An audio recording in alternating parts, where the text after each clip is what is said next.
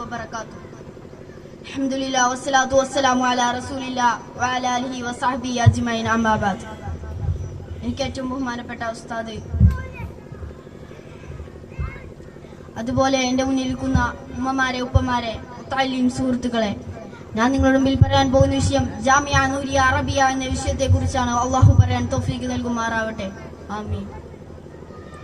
മുസ്ലിം കേരളത്തിന്റെ സമൂഹ നവോത്ഥാന പ്രക്രിയയിൽ അനിശ്ചിതമായ ഒരു ഭാഗധേയമാണ് ജാമിഅ നൂരിയ അടയാളപ്പെടുത്തിക്കൊണ്ടിരിക്കുന്നത്. അർത്ഥപൂർണമായ പ്രവർത്തനങ്ങളിലൂടെ ആത്മനിർവൃത്തിയാണ് 60 വർഷം പിന്നിട്ടപ്പോൾ ജാമിയക്ക് പറയാനുള്ളത്. അഭിമാനകരമായ മുന്നേറ്റമാണ് 60 ആണ്ടിന്റെ ജാമിഅ ചരിത്രം. പ്രവർത്തന ഗോതിയിൽ പുതിയ മുന്നേറ്റങ്ങളുമായി രാജ്യത്തെ മുസ്ലിം സമുദായത്തിന്റെ ജ്ഞാന പരിസരത്തും സാമൂഹിക വികസനത്തിലും അതുല്യമായ ഒരിടമുള്ള ജാമിഅ നൂരിയയിലൂടെ പുതിയ മുന്നേറ്റങ്ങൾക്ക് കാതോർക്കിടിയാണ് ഓരോ വർഷവും. വിവര സാങ്കേതിക രംഗത്തും ദൈക്ഷണിക മേഖലയിലും ലോകം അനുസൃതം പുരോഗമിക്കുമ്പോൾ മതവിദ്യാഭ്യാസത്തിന്റെ രംഗവും ചില പുതുവഴികൾ തേടുന്നുണ്ട്. ഇത്തരം കാലത്തിന്റെ വലിയാളവും സാഹചര്യങ്ങളും ആവശ്യകതയും മനസ്സിലാക്കിയുള്ള മതവിദ്യാഭ്യാസത്തിന്റെ പുനർക്രമീകരണ പാതയിലാണ് ജാമിഅ നൂരിയ ഇപ്പോഴുള്ളത്. 1963 ആരംഭിച്ച മുസ്ലിം കേരളയുടെ വൈജ്ഞാനിക വിഹായാസിൽ നക്ഷത്ര ശോഭയുടെ പ്രഭ ചെരിഞ്ഞ ഈ അമ്പമ കലാലയം സമകാലിക വെല്ലുവിളികൾ ഏറ്റെടുത്ത് പുത്തൻ പദ്ധതികൾ ആവിഷ്കരിച്ചു കൊണ്ടിരിക്കുകയാണ്.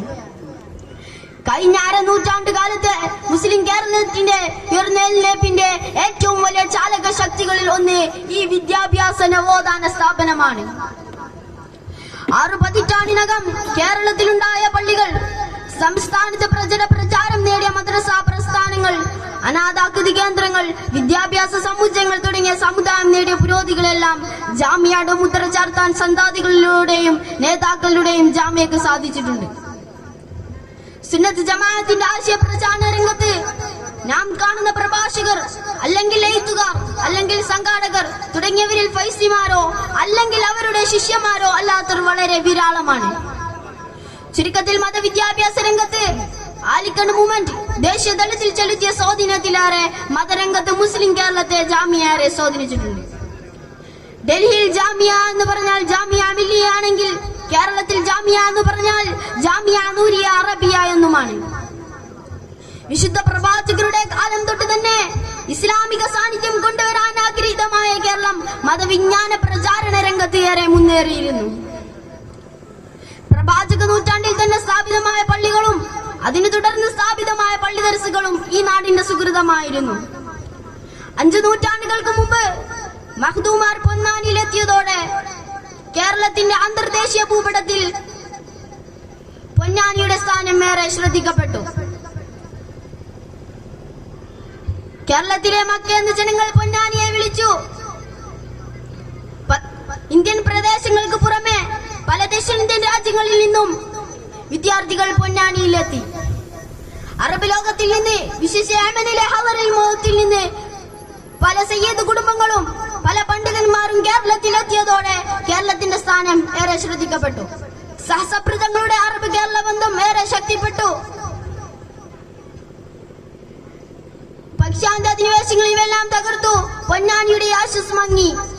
കേരളത്തിലെ മതപണ്ഡിതന്മാർക്ക് പോലും ഉപരിപഠനത്തിന് വിദൂര ദേശങ്ങളെ ആശ്രയിക്കേണ്ടി വന്നു. 1921 ഖിലാഫത്ത് പ്രക്ഷോഭം മലബാറിലെ മുസ്ലിങ്ങളെ കൂടുതൽ പിറകിലാക്കി. ഇസ്ലാമിക ഉന്നത പഠനത്തിന് വെല്ലൂർ ബാക്കിയാത്ത് സ്വാലിഹാത്തിനെയോ അല്ലെങ്കിൽ ഉത്തർപ്രദേശിലെ ദായിബാദ് ദാറുൽ ഉലൂമിനെയോ ആശ്രയിക്കേണ്ടി വന്ന കേരളത്തിലെ മിക്ക പണ്ഡിതന്മാർക്കും ഉപരിപഠനം എന്നുള്ളത് അതൊരു മരീചികയായി അവശേഷിച്ചു. കടുത്ത കാലാവസ്ഥയും യാത്രാക്ലേശങ്ങളും അതിലേറെ ക്ഷയിച്ച സാമ്പത്തിക സ്ഥിതിയും കാരണം അന്ന് വളരെ ഒരു ചെറിയ വിഭാഗത്തിന് മാത്രമായിരുന്നു ബിരുദം നേടാൻ സാധ്യമായത്. ഇസ്ലാമിക ജ്ഞാനങ്ങൾ പ്രാപ്തിയോടെ കൈകാര്യം ചെയ്യാൻ കഴിയുന്ന പണ്ഡിത നിരയുടെ അഭാവം സമുദായത്തിൽ സൃഷ്ടിച്ചേക്കുമെന്നുള്ള ഗുരുതരമായ വിപത്തുകളെ കുറിച്ച് അന്നത്തെ കേരളത്തിന്റെ അഭിജ്ഞനായ നേതാവ് സയ്യിദ് അബ്ദുറഹ്മാൻ ബാഫക്കി തങ്ങൾ ദീർഘമായി ചിന്തിച്ചു.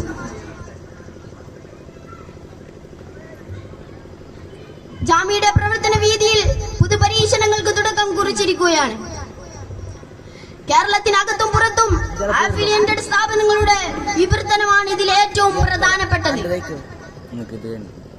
മുസ്ലിം സമുദായത്തിനെ കുറിച്ച് കൃത്യമായി പഠിച്ച് സമുദായം നേരിടുന്ന പ്രശ്നങ്ങൾക്ക് പരിഹാരം നിർദ്ദേശിക്കാനും സമുദായത്തിന് ആവശ്യമായ പദ്ധതികൾ മുൻഗണനക്രമ പ്രകാരം ഏറ്റെടുത്ത് നടത്താനും സാധിക്കുന്ന അന്താരാഷ്ട്ര നിലവിലുള്ള ഗവേഷണ കേന്ദ്രമാണ് സയ്യിദ് ശിഹാബ് തങ്ങളുടെ പേരിൽ ആരംഭിച്ചത്. ഇത് ജാമ്യയുടെ ചരിത്രത്തിൽ തന്നെ ഇതൊരു നാഴികക്കല്ലാണ്. അള്ളാഹു സുബ്ഹാനഹു തആല ജാമ്യക്ക് ഇനിയും വളരാൻ അള്ളാഹു തൗഫീഖ് നൽകുമാറാവട്ടെ. അള്ളാഹു നമ്മൾ ഇവിടെ ഒരുമിച്ച് കൂടിയതുപോലെ അവന്റെ ജന്നാത്തുൽ ഫിർദൗസിൽ നമ്മെ ഒരുമിച്ച് കൂട്ടുമാറാവട്ടെ. ആമീൻ ബിറഹ്മതിക യാ റഹീം. വആഖിറു ദഅവാനാ അൽഹംദുലില്ലാഹി റബ്ബിൽ ആലമീൻ. അസ്സലാമു അലൈക്കും വറഹ്മത്തുള്ളാഹി വബറകാതുഹു.